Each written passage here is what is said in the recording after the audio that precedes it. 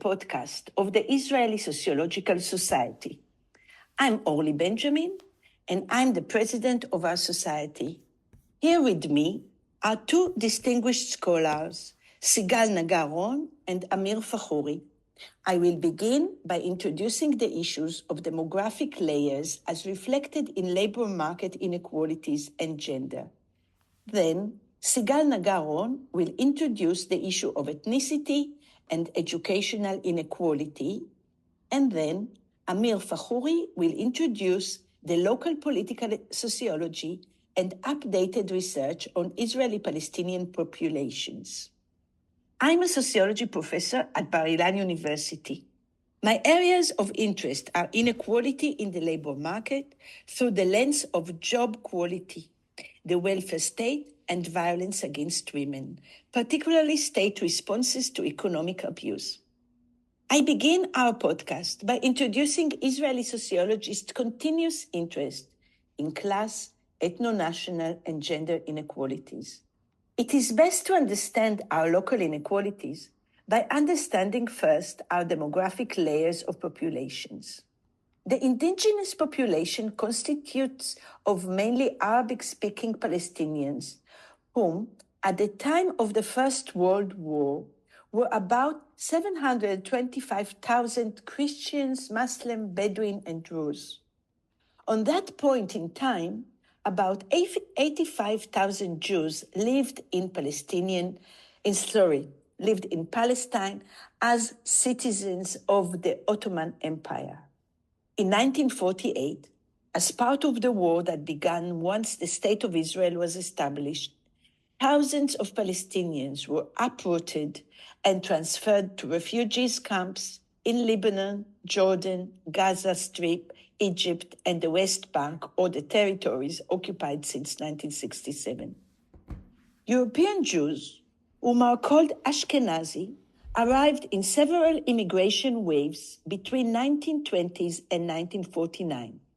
Since their arrival, they have established their position in the economy, military, and politics, so that Israeli sociologists recognize them as the hegemonic category. Jews from Arab countries, whom are called Mizrahi, also arrived in several immigration waves, from Yemen already since the 1920s, from Iraq, Egypt, Syria between 1948 and 1951, from Morocco during 1960s, and from Iran during the 1970s. Israeli sociologists directed much attention to the mechanisms of discrimination that reproduced the superiority of the Ashkenazi category over them, primarily in the sense of better access to material, cultural, and social resources. Jews from the former Soviet Union began arriving to Israel in the 1970s, and then during the end of the 1980s and the beginning of the 1990s. Jews from Ethiopia arrived between 1985 and 1987, and then during the early 90s. We also have asylum seekers from Africa who began arriving in 2010 from Sudan, Darfur, as well as Eritrea, Congo, and Zambia. Israel is a relatively religious society, regardless of about 40% of self-identified secular people. About 33% define themselves as keeping the Jewish heritage. About 16% are religious Jews, and 12% are ultra-Orthodox. When we turn to speak of labor market inequalities, we must remember the structure I described with, on the one hand, a European category holding on to what is considered cultural capital, and, on the other hand, several categories of social others who have limited access to this cultural capital. Consequently, for Ashkenazi European Jews, there was always good access to high-quality jobs, including during the pre-state period. For the Mizrahi category, the starting point was a population dispersion plan that sent many of the newcomers to the periphery, until 1977, they were constituted as the social others, framed as suitable for manual work, low-tech state-established factories in the periphery. Among the Palestinians, citizens of Israel, it is important to indicate the long-standing discrimination by both overt and covert mechanisms.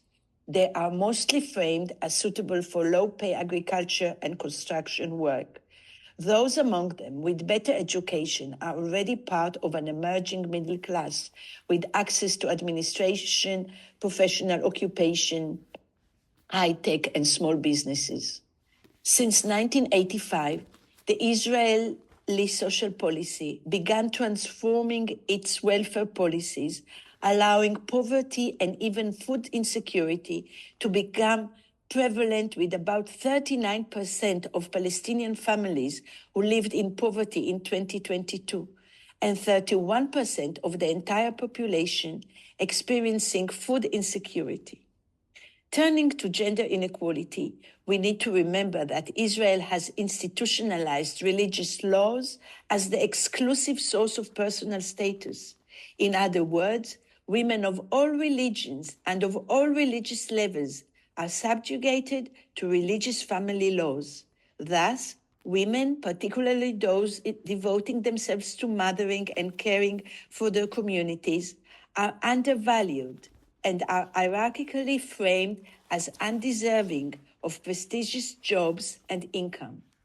Religious family laws become particularly problematic when women seek divorce. Recent trends were impacted by men's organization to the extent of suspecting women who complain of intimate partner violence, and very little welfare services support is allocated to women who have to rehabilitate their lives after separating from an abusive partner. Intersectionality researchers in Israel show the weight of the population layers on women's life chances, labor market opportunity, poverty, divorce, and exposure to life with abusive partners. While Ashkenazi European women benefit of access to higher education, as well as to labor market professionalism and high-quality administrative jobs, other women can access those to a far lesser extent. To summarize, Israel today conducts neoliberal economics and social policy and maintains a polarized society with extreme inequalities and persistently deteriorating quality of public systems in the area of education, healthcare, and welfare services. I now invite my colleague Sigel Nagar-Ron to present her areas of research. Thank you, Orly. I'm a senior lecturer at the Sapir Academic College. My research focuses on inequality in Israel at the intersection of gender, ethnicity, class, and space. Orly, you described very well the inter-Jewish division between the Ashkenazim, the European Jews, and the Mizrahiim, Jews who immigrated from Arab and Muslim countries. You also mentioned that Ashkenazim are more privileged. They have better access to material, cultural, and social resources, while Mizrahiim were pushed to the margin of Israeli society. I want to elaborate on this. Many think of Israeli Jews as white and European, but actually, half of the Jewish population is Mizrahiim, which literally means those who came from the East. It was only in the 1990s, influenced by Edward Said's work, Orientalism, that Israeli sociology began to critically analyze the formation of inter-Jewish ethnic categories and the role that Israeli sociology play in legitimizing the inequality between them. I should start with the story of the Israeli sociologist founding fathers. They were connected to the state leadership and functioned as recruited scholars. The sociologists, like the leaders, were Ashkenazim and held an Orientalist perspective. They perceived the Mizrahiim as a unified category characterized by ignorance, backwardness, and primitiveness. Ashkenazim were also seen as a homogeneous category, but with the opposite characteristics: modern, enlightened, educated. This Orientalist view led to a different absorption policy for each category. While the Ashkenazim were settled in cities in central Israel, Mizrahiim were sent to settle in the periphery. In terms of labor market and wages, Mizrahiim were assigned to manual labor and Ashkenazim to management jobs. This differentiation in absorption followed the hierarchical structure of inequality and created a correlation between ethnicity and class in the early days of Israeli state. Israeli sociology developed the theory of absorption through modernization. According to this theory, Mizrahiim needed to undergo desocialization of their Arab culture and resocialization in order to live in modern society. Therefore, sociologists gave the Israeli education system a central role to prepare the young Mizrahi generation for life in modern society. The assumption was that if the children were educated in the Israeli education system, once they became adults, they would be able to integrate into appropriate roles in the labor market. In the mid-1970s, after one generation, researchers wanted to know whether the Israeli education system had succeeded in its mission. To these days, many studies still attempt to answer the question, have the educational gaps between Ashkenazim and Mizrahiim closed over time? The answers vary depending on the criteria being examined, matriculation rates, academic degrees, and the institutions where they study. For example, while we see reduction in matriculation gaps, we also see large gaps in academic degrees among men in third generation. Only 28 of third-generation Mizrahi men have an academic degree, compared to 47% of Ashkenazi men, according to research by Non Cohen and his colleagues. We also know that Mizrahiim who study in higher education mainly end up in second-tier institutions. But the interesting story only began to emerge in the 1990s. Only then was it revealed how the education system was part of a mechanism that created the category. The interesting story only began to emerge in the 1990s. Only then was it revealed how the education system was part of a mechanism that created the category of Mizrahim and Ashkenazim and the inequality between them. The first scholar to expose this was Yaakov Nahon. Based on census data from 1961 to 1983, he examined educational level by country of origin rather by continent of origin.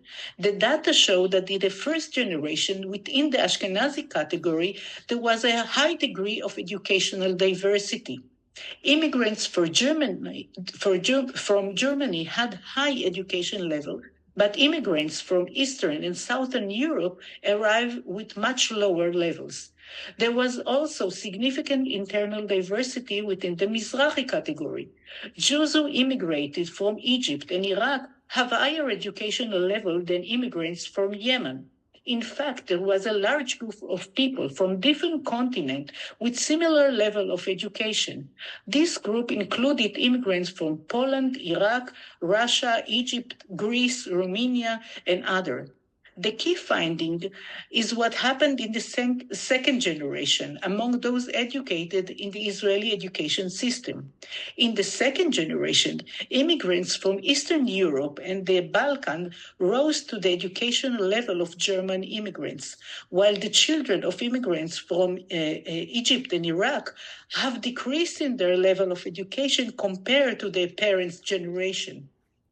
In other words, the correlation between continent of origin and education only emerged in Israel.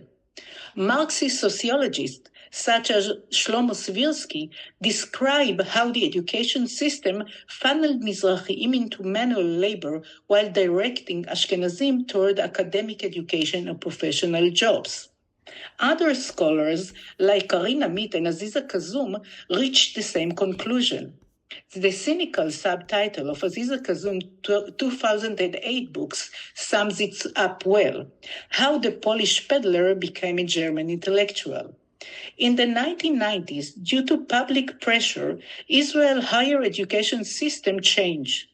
Colleges were opened to increase accessibility for peripheral residents. But recent studies show that this did not significantly impact Mizrahi men. As mentioned earlier, 27.4% of second-generation Mizrahi men have an academic degree, while only 28% of the third generation do, meaning that there has been almost no change across generations. However, a significant increase in higher education attainment can be seen among Mizrahi women compared to previous generations. Today, 43% of Mizrahi women have an academic degree compared to 65% of Ashkenazi women. Despite the significant increase in Mizrahi women's academic achievement, a new study by Yariv Feniger and his colleagues showed that in the term of wages, Mizrahi women remain near the bottom of the ladder. Above them are Ashkenazi women and women from the former Soviet Union, while the only group below them is Ethiopian immigrant women.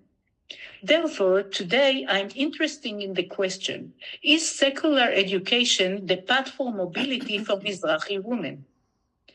Meritocratic discourse promises that if they work hard and earn academic degrees, they will achieve social mobility. However, my recent research among third-generation Mizrahi women in development town in southern Israel shows that even though they attend academic degrees achieved with great effort, they struggle to translate it into stable, well-paid job. Despite their education, they continue to face precarious labor conditions. Of course, precarious employment is a global problem due to the expansion of neoliberal economic. But at the same time, there are still good jobs in the labor market. Yet, my study reveals that under the auspices of the state, good jobs are given to the hegemonic populations. For example, permanent teaching positions in public schools in peripheral cities are not given to Mizrahi women who are third generation in the city, but to the town's newcomers, Ashkenazi religious women. I don't have time to elaborate on the matter, so I only say that the newcomers are organized religion groups affiliated with right-wing parties. They enjoy state funds such as public housing and jobs at the public sector. In other words, even in the neoliberal era, the state continued to transfer resources to the hegemonic group in order to maintain its Eurocentric logic, and thus perpetuating ethnic inequality among Jews. Now we will move to Ameer Fakhoury. Ameer, the floor is yours.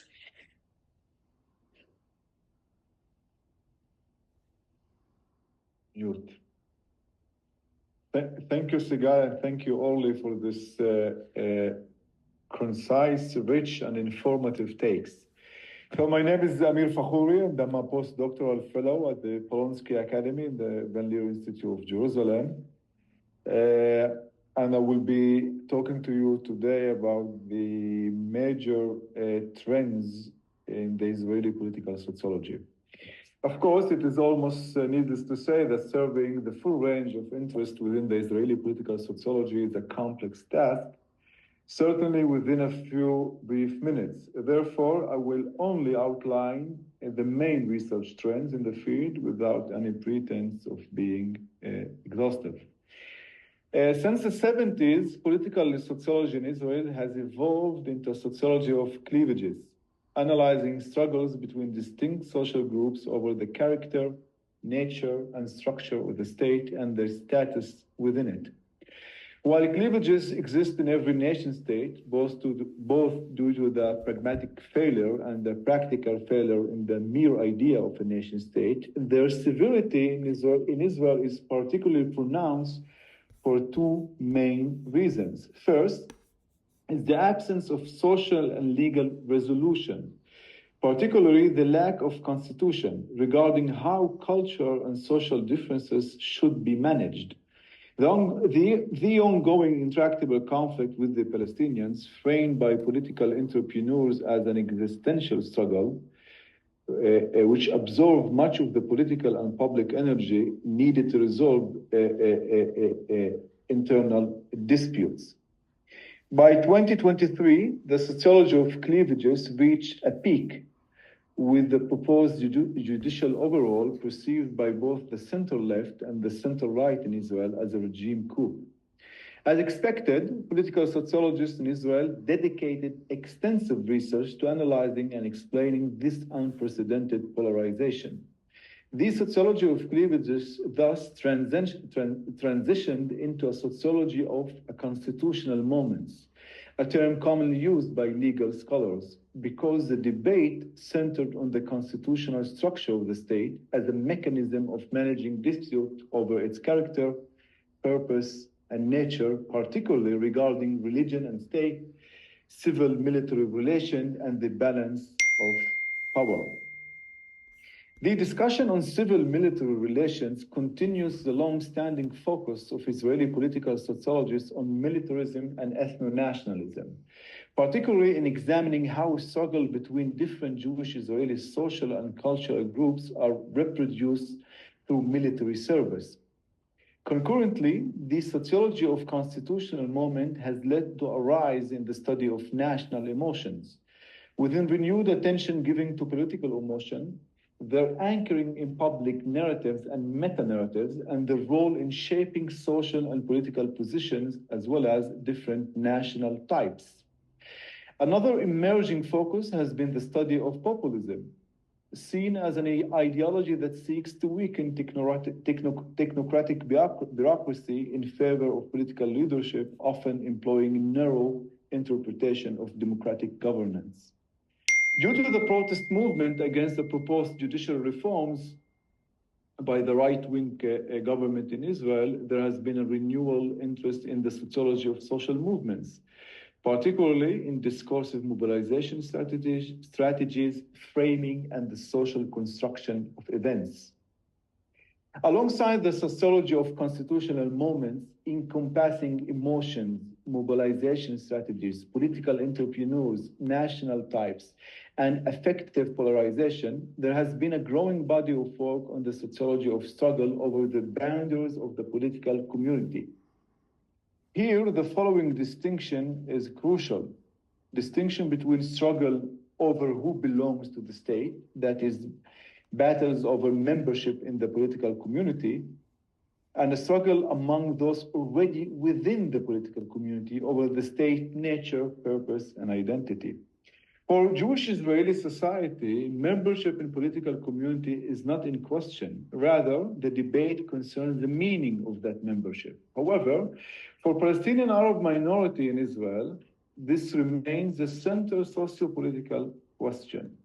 Since the Oslo echoes in the early 90s, political sociology in Israel has addressed Palestinian citizen membership in the political community. However, following the unprecedented inclusion of an Arab party in what has become known as the Bennett-Lapid government of change, which governed in Israel between 2021 to 2022, the question of political community expansion and its implication moved to the forefront.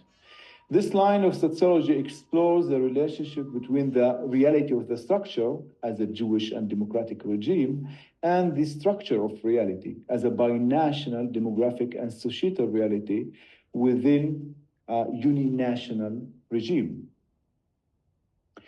After October the 7th and the ensuing catastrophic violence, a sharp debate reignited among Israeli political sociologists regarding the appropriate theoretical framework for analyzing the Israeli-Palestinian conflict. This long-standing debate, resurfaced within particular intensity, centered around the paradigm of settler colonialism. Recognizing, whether explicitly or implicitly, that applying a theoretical model to reality inevitably makes the theory part of reality, political sociologists engage in a fundamental debate on the intersection between the analytical and the descriptive on the one hand, and the moral and the political on the other. In other words, the discussion revolves around how different meta-paradigms for understanding Palestine-Israel inadvertently become part of the reality that they seek to describe, and what ethical responsibility, if any, this imposes on the scholars and the social science in general. Despite the extensive scholarship outlined above, significant gaps remain in contemporary Israeli political sociologies. I will only mention 3 of them. The first is the lack of sufficient research on intra-Palestinian diversity within the Arab minority in Israel, which is still often studied as a monolithic group rather than, in Rogers' Brubaker term, as a feed of competing political stances and perception.